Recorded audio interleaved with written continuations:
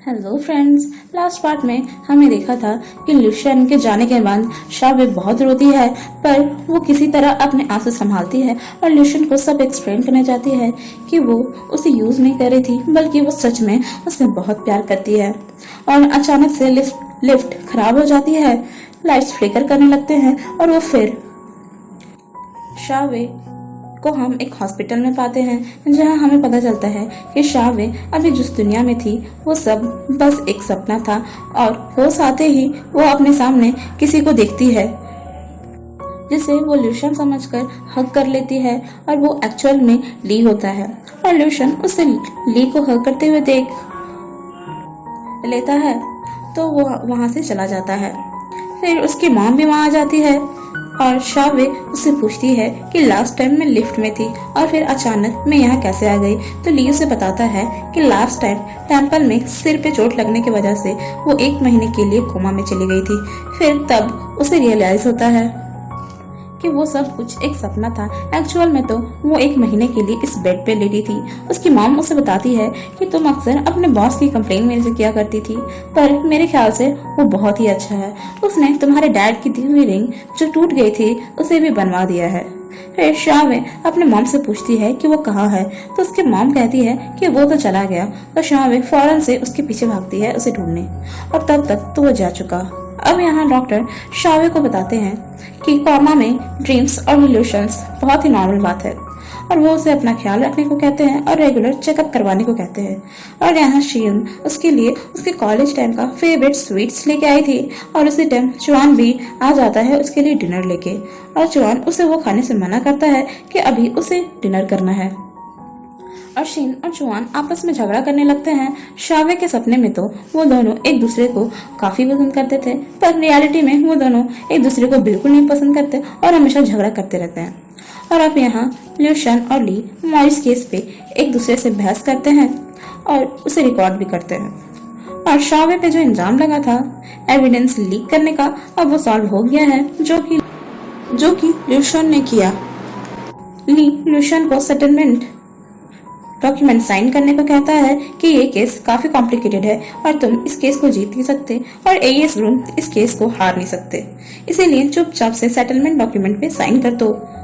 ल्यूशियन settlement तो करने से रहा, वो कहता है कि मैं कोई ना कोई की एविडेंस ढूंढ निकालूंगा और इस केस को भी जीतूंगा। फिर वो लोग रिकॉर्डिंग बंद कर देते हैं और अपने अपने असिस्टेंट को भी भेज देते हैं।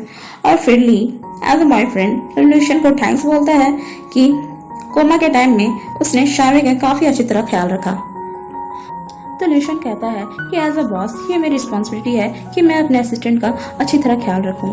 इस पर ली कहता है कि अब जब मैं वापस आ गया हूं तो अब ये मेरी रिस्पॉन्सिबिलिटी है कि मैं अपनी गर्लफ्रेंड का अच्छी तरह ख्याल रखूं। और ये कहकर चला जाता है कि अब वो लोग फिर से रिलेशनशिप में आ जाएंगे और तुम थोड़ा सेटलमेंट डॉक्यूमेंट पे ध्यान दो। ल्यूशियन तो पूरा आग बबूला हो जाता है उसकी बातें सुनकर। फिर वो अपने लिए कॉफी बनाने जाता है, जहाँ पहले से ही उसके बॉस होते हैं और उन्हें तो कॉफी बनानी भी नहीं आती, क्योंकि पहले तो शावे ही पूरी ऑफिस के लिए कॉफी बनाया करती थी। और वो ल्यूशियन को शावे को कॉल करने को कहते हैं कि अब जब वो ठीक हो गई है तो वो अब अपने जॉब पे वापस आ सकती है। और ल्यूशियन का अपसेट फेस देखकर उसके बॉस कहते हैं कि मुझे पता है तुम क्या सोच रहे हो कि अब इतने टाइम बाद जब शावे कोमा से वापस आई है तो वो और ली फिर से रिलेशनशिप में आ जाएंगे और वो ये फॉर्म छोड़कर चली जाएगी। बेशक इस प्रेजेंट वाले ल्यूशियन को भी शावे से बेहद प्यार है, तभी तो वो नहीं चाहता कि वो और ली फिर से एक हो जाए।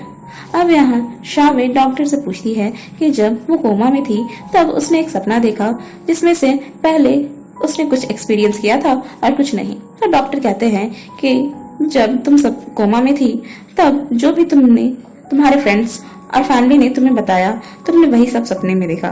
तो शावे समझ गई जो बातें उसे नहीं पता थी, और जब उसे बताया गया तब उसने वो सपने में देखा, जैसे कि ल्यूशियन का प्रपोज करना, ब्लड कार्ड एंड ऑल। और जब वो विजिटर लिस्ट देखती है तो उसमें ल्यूशियन का नाम सबसे ज्यादा था और वो फौरन ल्यूशियन के ऑफिस जाती है, जहां उसे वो पेपर से बना स्ट्रक्चर मिलता है जो ल्यूशियन उसके लिए रियलिटी और सपने दोनों में बनाया करता था।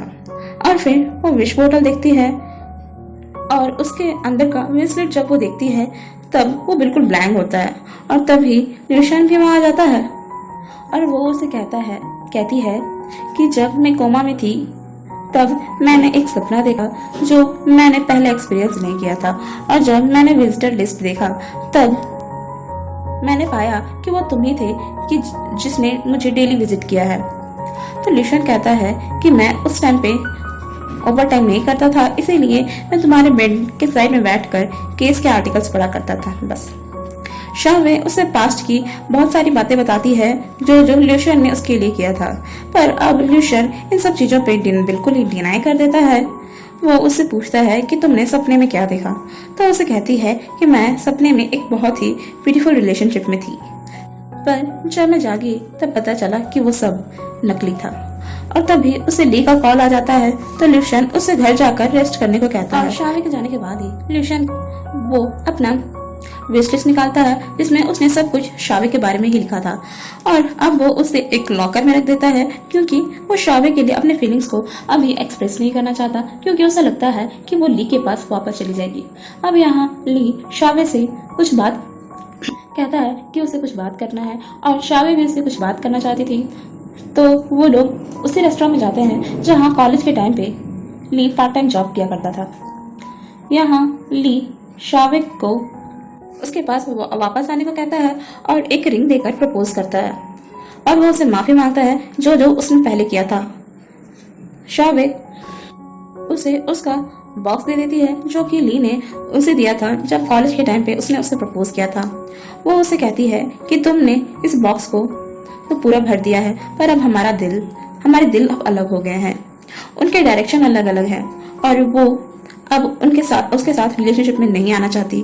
और यहाँ शिवन और जुआन दोनों ही शावे को पिक करने आते हैं और वो दोनों आपस में झगड़ा करने लगते हैं कि शावे जुआन के स्कूटी में जाएगी या फिर शिवन के कार में। एट लास्ट वो तीनों ही शिवन के कार में वापस आते हैं।